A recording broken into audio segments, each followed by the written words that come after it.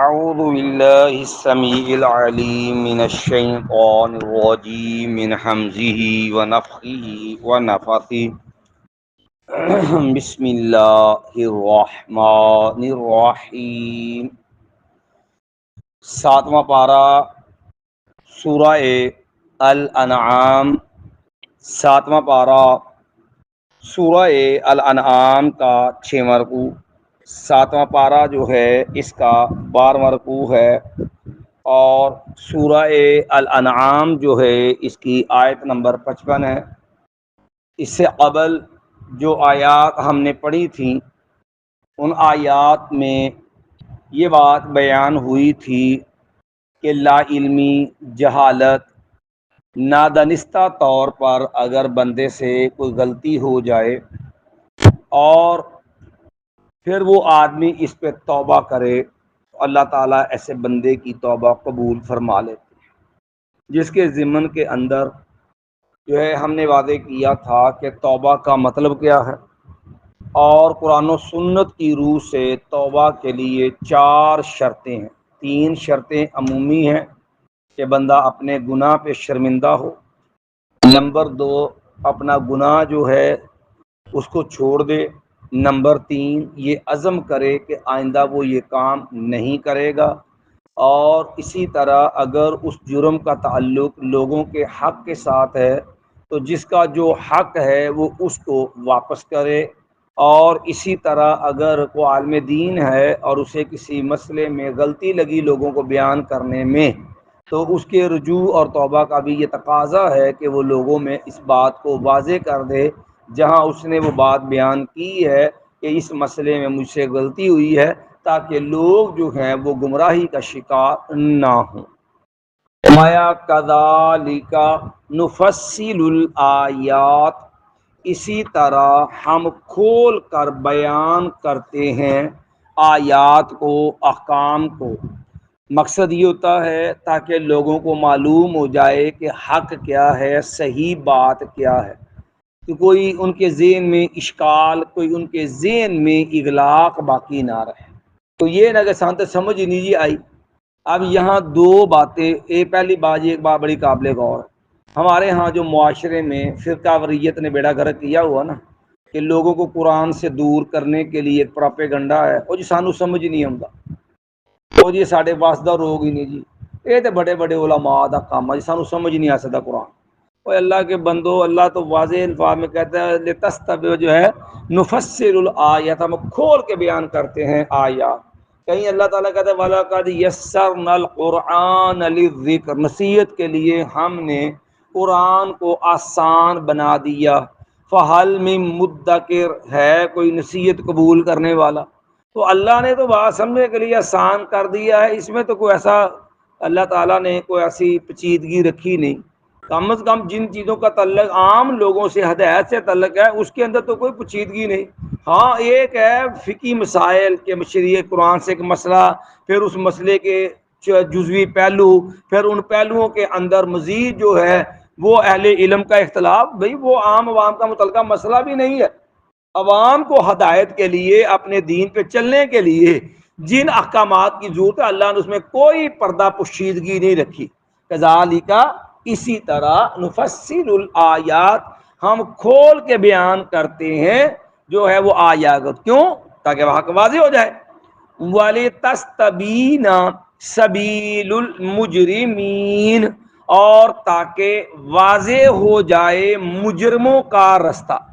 مجرم وہ آدمی ہوتا ہے جس کے اوپر جرم ثابت ہو جائے۔ ایک ہوتا ہے ملزم، جس کے اوپر الزام ہوتا ہے، جس کے اوپر جو ہے ایک تہمت ہوتی ہے جو ہے کہ اس نے یہ گناہ کیا ہے، جب تک وہ تہمت ثابت نہیں ہوتی تب تک بندہ مجرم نہیں بنتا۔ تو میں مجرموں کا راستہ واضح کر دیں۔ اب دونوں چیزیں آج کو پوری کو سامنے رکھیں تو 2 باتیں واضح ہو گئیں۔ نمبر 1، جس آدمی کے نے بھی مسلمان ہونے کے ناطے اس کو دینی احکام پہ کا علم ہونا چاہیے تاکہ اس کی ہدایت کا پہلو واضح ہو۔ اس کے ساتھ ساتھ دوسرا پہلو، یعنی ایک دائی بھی ہے تو اسے بھی دین کے احکام کا علم ہونا چاہیے۔ دوسرا پہلو یہ ہے کہ جو مجرم لوگ ہیں ان کے ہتھ کنڈے، ان کے شبہات، ان لوگوں کے مغالطات، ان لوگوں کے شک و شبہات، ان لوگوں کی پیدا کردہ غلط فہمیاں، اس کا بھی ادراک ہونا چاہیے۔ الگ والے تستبین سبیل المجرمین، ان کے رسم و رواج، ان کی جو ہے وہ خود ساختہ کہانیاں، اس کی حقیقت کا ادراک بھی ہونا چاہیے۔ کیوں؟ اگر آپ کو ان چیزوں کا ادراک نہیں ہوگا تو پھر مجرموں کا رستہ تو آپ پہ واضح نہیں ہے، تو غلطی سے آپ بھی اس کا ارتکاب کر بیٹھے۔ تو اللہ نے مجرموں کا راستہ بھی واضح کر دیا تاکہ دین پہ چلتے ہوئے آپ کو یہ پتا ہو کہ یہ اسلام کی راہ ہے اور یہ مجرموں کی راہ ہے، ہم نے اس پہ چلنا ہے، اس سے بچنا ہے۔ اور صحابہ کرام میں یہ چیز اتم درجے موجود تھی۔ اس کی ہم نے ایک مثال آپ کو کال کے درس میں بھی دی ہے کہ آپ صحابہ کرام کو کبھی دیکھیں، صحابہ کرام کو اس چیز کے معاملے بڑا اچھا ادراک تھا کہ وہ جاہلیت کے رسم و رواج سے بہت زیادہ اجتناب کرتے بچتے تھے تاکہ ہمارے دین کے اندر کوئی جاہلیت کا انداز رنگ نہ نظر آئے۔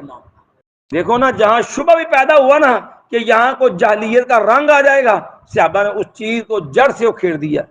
مثال کے طور پہ درخت ہے نا بیت رضوان والا، اب لوگ آہستہ آہستہ احتجاج اسپیشل اس کو دیکھنے جا رہے ہیں، پھر آہستہ آہستہ وہاں نفل پڑھنے شروع ہو گئے جا کر کے اس درخت کے پاس، وہ ہے اس کو متبرک سمجھ کے اب آہستہ آہستہ وہ معبود بن جانا تھا کہ بڑا کرنی والا ہے درخت۔ تو امیر المومنین سیدنا عمر رضی اللہ عنہ کو پتہ چلا نا، تو امیر المومنین سیدنا عمر رضی اللہ عنہ نے وہ درخت جڑ سے پڑوا دیا۔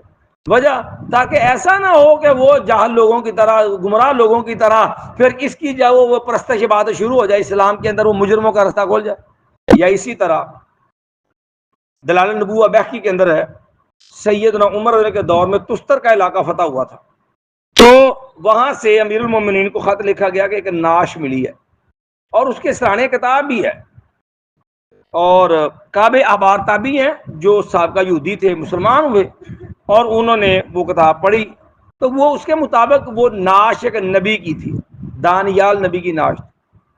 امیر المومنین سے پوچھا گیا کیا کرنا ہے اس کا؟ تو کافر لوگ کیا کرتے تھے، دعائیں مانگنے کے لیے اس نعش کو کھلے میدان میں رکھ کے دعائیں مانگتے تھے، ہمیں بارش ملے گی اس کے واسطے سے۔ امیر المومنین سیدنا عمر سے پوچھا کہ امیر المومنین اب اس نعش کیا کرنا ہے؟ تو امیر المومنین سیدنا عمر رضی اللہ عنہ رات کے وقت میں کو گڑھے کھدوائے کہ بعض 13 گڑھے کھدوائے مختصر امیر المومنین، اور کسی ایک گڑھے کے اندر دانیال نبی کی نعش ڈال کے ساری زمین برابر کر دی۔ کسی کو نہیں پتا کہ کس گڑھے میں نعش رکھی ہے اور کون سی قبر ہے، وہ جگہ اس کی قبر والی جگہ بھی نہیں اونچی کی تاکہ کسی کو یہ بھی نہ پتا چلے کہ یہ دانیال کی قبر، تاکہ اس کے اوپر جو ہے وہ بات والا کام شروع نہ ہو جائے۔ کیوں کہ یہودی عیسائیوں میں یہ بیماری عام تھی، اتخذوا جو ہے انہوں نے وہ عام تھی کہ جو ہے اذا مات فیہم الرجل صالح بنوا علی قبرہ مسجدہ، کہ یہودیاں نے تے بیماری سی یہودی عیسائیوں وچ، کوئی نبی فوت ہو جاتا اودی قبر تے مسجد، اودی قبر دے اوتے جو عبادت گاہ، اگر کوئی نیک بندہ وہ ہوتا تو اس کے معاملے میں۔ تو اب وہ مجرموں کا جو انداز تھا، بجائے اس کے کہ لوگوں میں وہ رواج پکڑے، تو اس کا سدباب کیا کیا کہ ایک گڑھے میں نعش رکھوا گئے، باقی بھی گڑھے سارے بند کروا دیے۔ اب کسی کو نہیں پہچان کے جو ہے وہ جو ہے دانیال نبی کی قبر کون سی ہے۔ اور اس واقعے کو سامنے رکھے نا، اور واقعہ بھی صحیح سے ثابت ہے یہ، اور اس واقعے کو سامنے رکھے والے تستبین سبیل المجرمین، مجرموں کا راستہ۔ مسلمان کو اسلام کے احکام کے ساتھ ساتھ مجرم گمراہ لوگ ان کے رسم و رواج، ان کے طریقوں کا بھی ادراک ہونا چاہیے تاکہ بندہ غلطی سے بھی ان کے طریقے پر نہ چلے۔ تو اس سے یہ بھی واضح ہوگا کہ صحابہ کرام میں قبروں کو پکا بنانا یا نبیوں کی قبروں کو پختہ کرنا یا قبروں پہ گنبد بنانا یا قبروں پہ مزار، صحابہ کرام کا یہ دین نہیں تھا، نہ یہ رسول اللہ صلی اللہ علیہ وسلم دین دے کے گئے۔ اگر ایسا ہوتا تو عمر نبی کی نعش تھی تو پھر ان کی نعش کو بہترین قسم کی قبر بنوا دیتے، بہترین قسم کا اس کو ماربل لگواتے۔ کون سی کمی تھی اس دور کے اندر ان چیزوں کی؟ تو صحابہ کرام اس چیز کے قائل نہیں تھے، نہ قبر کو پکا بنانے کے، نہ قبروں کو گنبد بنانے کے۔ یہ چیزیں بھی مجرموں کا انداز ہے جو گمراہی ہمارے یہود و نصارہ سے آئی امت کے اندر۔ وَلِتَسْتَبِينَ سَبِيلُ الْمُجْرِمِينَ، اور تاکہ مجرموں کا راستہ کیا ہو جائے، واضح ہو جائے۔ قل، آپ کہہ دیجیے، انی، بے شک میں، نہی تو مجھے روک دیا گیا ہے، مجھے منع کر دیا گیا ہے، ان اعبد الذین، کہ میں عبادت کروں ان لوگوں کی، تدعون من دون اللہ، جن کی عبادت کرتے ہو تم اللہ کے علاوہ، اللہ کی بجائے جن کو تم پوجتے ہو پکارتے ہو، جن کے نام کی تم جو ہے وہ عبادت کرتے ہو، مجھے اللہ نے ان سے منع کیا۔ کیوں؟ اسلام کے اندر عقیدہ توحید صرف ایک اللہ کی عبادت، اللہ کی بھی عبادت نہیں، اللہ کی ہی عبادت اسلام کا بنیادی اصول ہے۔ فرمایا مجھے اللہ سے ایک طرح منع، جو نبی علیہ السلام نو جائز نہیں کسی دی بات غیر اللہ دی کرن تے امتی دے بالاولا انہوں جائز نہیں، کیونکہ امتی دے پابند ہے نبی علیہ الصلوۃ والسلام دی پیروی دا۔ قل انی نہیت، تو کہہ دیجئے مجھے روک دیا گیا، منع کر دیا گیا ہے، ان اعبد الذین، کہ میں عبادت کروں ان لوگوں کی، تدعون، جن کی تم عبادت کرتے ہو، من دون اللہ، اللہ کے علاوہ۔ قل لا اتبع اہواءکم، کہہ دیجئے نہیں میں پیروی کروں گا، اہواءکم، تمہاری خواہشات۔ اسلام کے اندر یہ بھی ایک معاملہ ضابطہ بڑا سمجھنے والا ہے۔ ایک ہے لوگوں کی خواہشات من پسند کی پیروی، ایک ہے دین اسلام، جہاں پر اسلام کا، عقیدے کا، شریعت کے نظریات کا، شریعت کے اعمال کا معاملہ آ گیا، وہاں پر کوئی اس مسئلے میں کمپرومائز نہیں ہوتا۔ ہمارے ہاں یہ المیہ ہے کہ لوگ خواہشات کے نام پہ لوگوں کی گوجہ خواہشات کے پجاری ہیں غیروں۔ نبی نے ایسا کہہ دیا، لا اتبع اہواءکم، میں تمہاری خواہشات کی پیروی نہیں کر سکتا۔ جہاں اسلام کے اوپر زد آتی ہے، حرف آتا ہے اسلام کے عقیدے سے، عمل سے کوئی عمل ٹکراتا ہے، دنیا ادھر سے ادھر ہو جائے، مسلمان کو اس کی اجازت نہیں۔ دیکھو نا کافروں نے کیا کہا تھا نا، ودوا لو تدہن فیدہنون، یا رسول اللہ کچھ تھوڑا جا، کچھ لو کچھ دو، ذرا کچھ آپ نرم ہو جائیں، کچھ ہم، کچھ آپ ہماری مان لیں، کچھ ہم آپ کی مان لیتے ہیں، یعنی کچھ لو کچھ دو کا اصول نرمی کر لیں۔ تو قرآن نے صاف الفاظ میں ان چیزوں کا رد کیا، قل یا ایھا الکافرون، اے کافر، لا اعبد ما تعبدون، میں نہیں بات کروں اسی سے تم بات کرو، ولا انتم عابدون ما اعبد، اور جس کی میں ہی بات کروں تم بات کرنے والے نہیں ہو۔ اور اینڈ پہ جا کے بات کیا ختم کر دی، بات سیدھی، نہ تم نے میری معبود نہیں مانتے، نہ مانو میں تمہارے معبود کی بات نہیں کرنے لگا۔ اگر بات یہی ہے اور تم اپنی ضد پہ کھڑے ہو تو ٹھیک ہے، کوئی بات نہیں، لکم دینکم ولی دین، تمہارے لیے تمہارا دین، میرے لیے۔ لیکن تم یہ کہو کہ میں کمپرومائز کر لوں، کچھ ہو جائے، نہیں ذرا نرمی ہو جائے، چلو تھوڑا جا حرج کی تو تھوڑا کر۔ اب یہاں پر مسئلہ ہے، میں تمہاری خواہشات کی پیروی نہیں کرتا۔ کیوں؟ اگر تمہاری خواہشات کی پیروی کروں گا، قد ضللت اذن، میں تو تحقیق گمراہ ہو گیا اس وقت، میں رائے حق سے بھٹک گیا، سیدھے سے پھسل گیا پھر میں اس وقت۔ وما انا من المہتدین، اور میں پھر ہدایت یافتہ میں سے نہیں ہوں۔ اب یہ مسئلہ بھی سمجھنے والا، ہمارے معاشرے کے اندر بہت سارے مولوی بیڑا گرک اس مسئلے کے اندر۔ آج جنہیں بھی امن کمیٹی والے نا، انہاں جو گھٹ ہی کہ بندہ پتر جڑا دین دے اوتے چا قائم رہ گیا ہوئے، کیا ہے تنخواہیں سرکاری، اور مشن کیا ہے، اے جی بین المذاہب امن کمیٹی، کیا جی او جی مذاہب میں اتحاد۔ اچھا بھئی، اسلام اتحاد کا منکر ہے؟ اسلام سے بڑھ کر کے اتحاد کا امت میں داعی کوئی نہیں ہے، لیکن اتحاد اصولوں پہ ہوتا ہے، بغیرتی پہ نہیں ہوتا۔ سمپل سی بات، اتحاد اصولوں پہ ہوتا ہے، اور اصول کیا ہے؟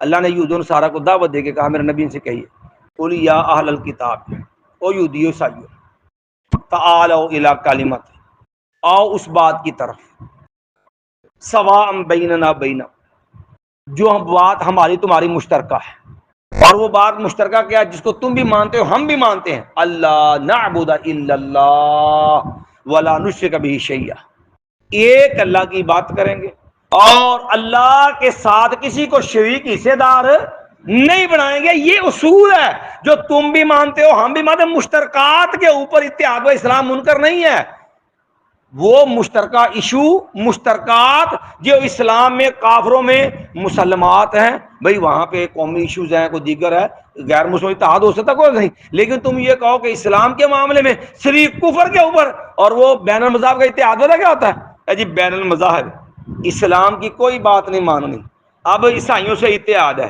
اور اس اتحاد کی نحوست پتہ کیا ہے؟ مولوی صاحب باقاعدہ ماشاءاللہ داڑھی ہے عالم دین ہے قرآن دا اور وہ ہاتھ چھری ہے اور کیا ہے اب وہ اللہ تعالیٰ کے ہاں بیٹا پیدا ہوا اس کے اللہ کے ہاں جو بیٹا ہے اس بیٹے کی برتھ ڈے کا کیک کاٹے گا وہ مولوی جس کی غیرت کا جنازہ نکلا ہوا ہے، وہ چرچ کے اندر جا کے کیک کاٹ رہا ہے، یہ اتحاد ہو گیا۔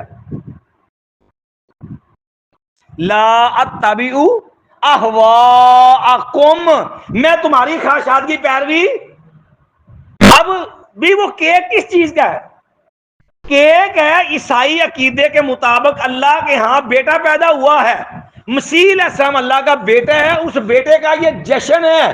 یہ جو بیٹوں کے بچوں کی سالگرہ نا ہمارے ہاں، یہ عیسائی اس عقیدے کا حصہ اسی سے آئی ہے، یہ اس اسلام میں یہ برتھ ڈے نہیں ہے کئی بار بھی، یہ بچوں کی ولادت پہ اس طرح کیک کاٹنا اور ہیپی برتھ ڈے اور باقاعدہ سینٹا بناتے ہیں، وہ عیسائی پادری کا نقشہ کہ جناب جو خوشیاں بانٹتا گولیاں ٹافیاں بننے دیا، سر کے اوپر وہ اس کے اوپر جب وہ گول ٹوپی ہے اور سفید داڑھی سفید اس کی جو ہے وہ ٹوپی اور سفید اس کے بال، وہ سینٹا اوکے جی وہ خوشی کا سامان جی کیا ہے، مسیح خوشیاں بانٹنے آیا ہے۔ تو مسلمان نے کلمہ بھی پڑھ دے نے تے نال پوری عیسائیت دا رنگ گھر بنیا ہوندا ہے، باقاعدہ ایک بندہ سینٹا بنتا ہے، پھر باقاعدہ وہ جو ہے ٹافیاں وہ گولیاں وہ مچل وہ مختلف قسم کی چیزیں بانٹتا کیے کہ جی یہ خدا کی طرف سے جو ہے یہ تحائف ہوتے ہیں۔